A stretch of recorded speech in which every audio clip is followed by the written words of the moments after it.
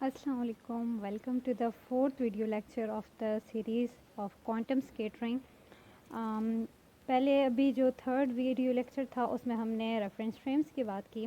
ये हमारा fourth video lecture है। इसमें हम इम्पॉर्टेंट टर्मिनोलॉजीज़ की बात करेंगे। इम्पॉर्टेंट टर्मिनोलॉजीज़ इजी हैं, लेकिन इसको समझना इम्पॉर्टेंट इस वजह से है।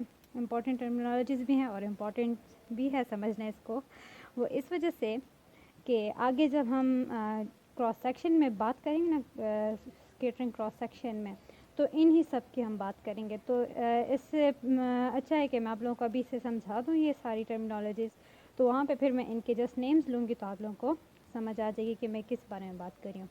इम्पैक्ट पैरामीटर का तो थोड़ा बहुत आइडिया मैंने आप लोगों को फर्स्ट लेक्चर में ही दे दिया था कि जो परपेंडिकुलर डिस्टेंस होता है, यानी अगर फॉर एग्ज़ाम्पल यहाँ पे मैं इसको, ये टारगेट है मेरा, इसके सेंटर से बिल्कुल मैं एक लाइन ड्रॉ कर दूं, ये इसका सेंटर है।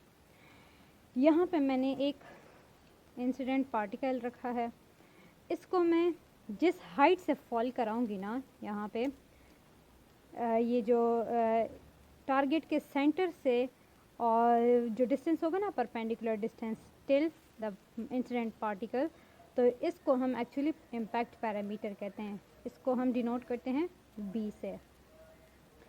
तो ये मैंने आप लोगों को इसका थोड़ा बहुत आइडिया पिछले लेक्चर में दिया भी था कि थीटा के साथ इसका इन्वर्स रिलेशन है, स्केटरिंग एंगल के साथ इसका इन्वर्स रिलेशन है। जितना एंगल ज़्यादा होगा स्केटरिंग का, उतना ही ये इम्पैक्ट पैरामीटर कम होगा। तो ये अगर आप लोगों को इसकी समझ नहीं आ रही है तो आप लोग मेरा फर्स्ट लेक्चर देख सकते हो, वहाँ पे मैंने डिटेल में इसके बारे में बताया हुआ है, तो वहाँ से आप लोग देख सकते हो। यहाँ पे फिर ये लेक्चर बहुत बड़ा हो जाएगा।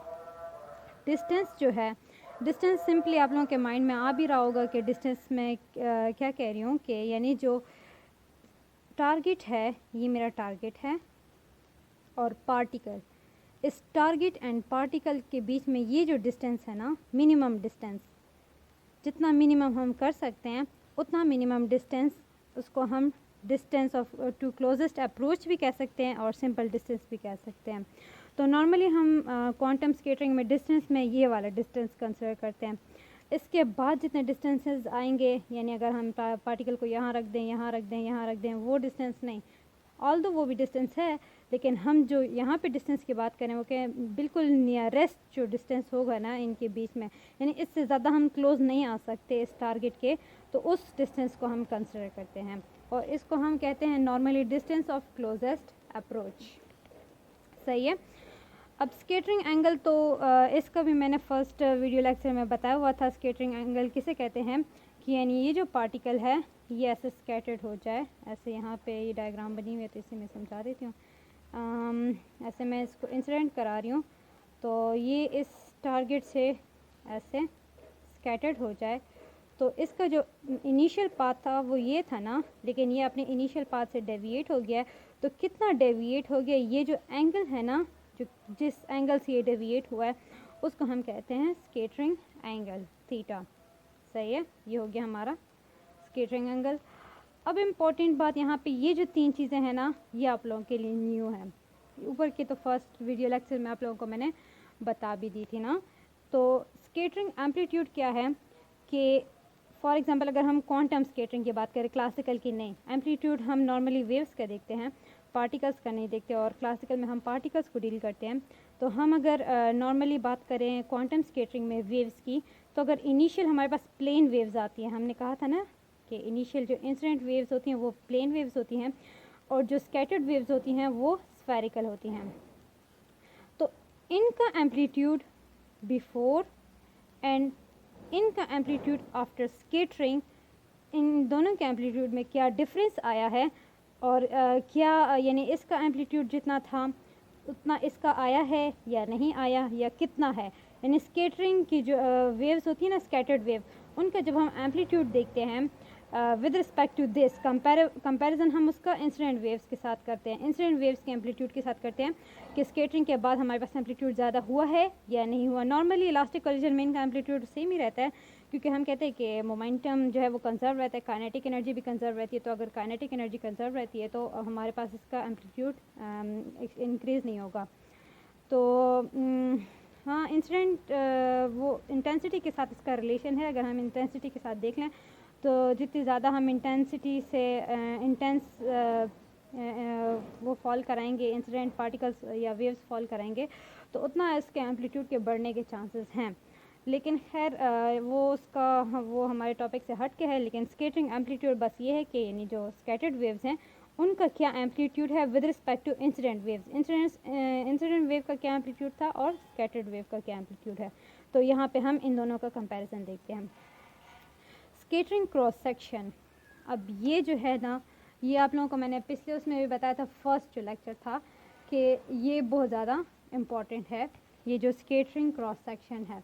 अब स्कैटरिंग क्रॉस सेक्शन कहते कैसे हैं, नंबर ऑफ़ पार्टिकल्स, यानी कितने नंबर ऑफ़ पार्टिकल्स जो हैं वो स्कैटर्ड होंगे पर यूनिट टाइम और किसी सॉलिड एंगल में। ये हम 3D की बात करते हैं, ये 2D की हम बात नहीं करते, ना ही 1D की बात करते। तो अगर 3D की बात करते तो हम सॉलिड एंगल्स की बात करेंगे, यानी स्टेरेडियंस हमारे पास यूनिट, स्टेरेडियंस में हमारे पास एंगल की यूनिट आएगी, रेडियंस में नहीं आएगी। रेडियंस 2D के लिए होती है, स्टेरेडियंस 3D के लिए होती है। तो हम कहते हैं कि यहाँ पे अगर हम ये वेव्स इंसिडेंट करा रहे हैं इस टारगेट पे, तो कितने नंबर ऑफ़ पार्टिकल्स जो है ना, यानी कितने स्फेरिकल वेव्स हमारे पास बनेंगी पर यूनिट टाइम पर सॉलिड एंगल। सही है, ये इसका मैथमेटिकल मैं आप लोगों को बताऊंगी ना, तो आप लोगों को थोड़ी बहुत समझ आ जाएगी कि इसका जो मैथमेटिकल फॉर्म है वो फिर मैं नेक्स्ट वीडियो में आप लोगों को सारा डिराइव करके बताऊंगी कि स्कैटरिंग क्रॉस सेक्शन कैसे डिराइव होती है। फिर आता है differential cross section. Differential cross section हम उसे कहते हैं कि एक स्मॉल एरिया में और स्मॉल एंगल में, यानी डी फाई अगर हम एरिया ले रहे हैं, डी सिग्मा एरिया ले रहे हैं, और ये हमारे पास सॉलिड एंगल है। सही है, तो ये जो हमारे पास हो गया ना, ये रेशो, ये इसे हम कहते हैं डिफरेंशियल क्रॉस सेक्शन। यानी किसी स्मॉल एरिया में जो स्मॉल सॉलिड एंगल में कितने वेव स्कैटर्ड हो गए, यानी प्रोबेबिलिटी, सिंपल हम कह सकते हैं प्रोबेबिलिटी हमें बताते हैं स्कैटर्ड वेव्स की, कि कितनी प्रोबेबिलिटी है, कितने चांस है इस, अगर हम यहाँ पे एक सॉलिड एंगल बना दें, इधर एंगल बना दें सॉलिड एंगल, तो इस एंगल में कितने वेव्स के चांसेस हैं स्कैटर्ड होने के। इसी तरह अगर हम यहाँ पे देखना चाहते हैं, डिफरेंट हम वेव्स और सॉलिड एंगल्स बनाते जाएंगे और स्मॉल सा एरिया लेंगे, तो उस स्मॉल एरिया में जो सॉलिड एंगल बनेगा, उस सॉलिड एंगल में स्कैटरिंग की प्रोबेबिलिटी क्या है, कितने नंबर ऑफ़ वेव्स स्कैटर्ड होंगे, तो उसको हम कहते हैं डिफरेंशियल क्रॉस सेक्शन। इस डिफरेंशियल क्रॉस सेक्शन को स्कैटरिंग क्रॉस सेक्शन से कंफ्यूज नहीं करना, ये हमें प्रोबेबिलिटी बताता है, जबकि ये जो स्कैटरिंग क्रॉस सेक्शन है ये हमें जस्ट नंबर बताता है कि number of particles, scattered particle ना, पर यूनिट टाइम पर यूनिट एरिया। लेकिन ये हमें बताता है कि प्रोबेबिलिटी क्या है उन स्कैटरिंग वेव्स की।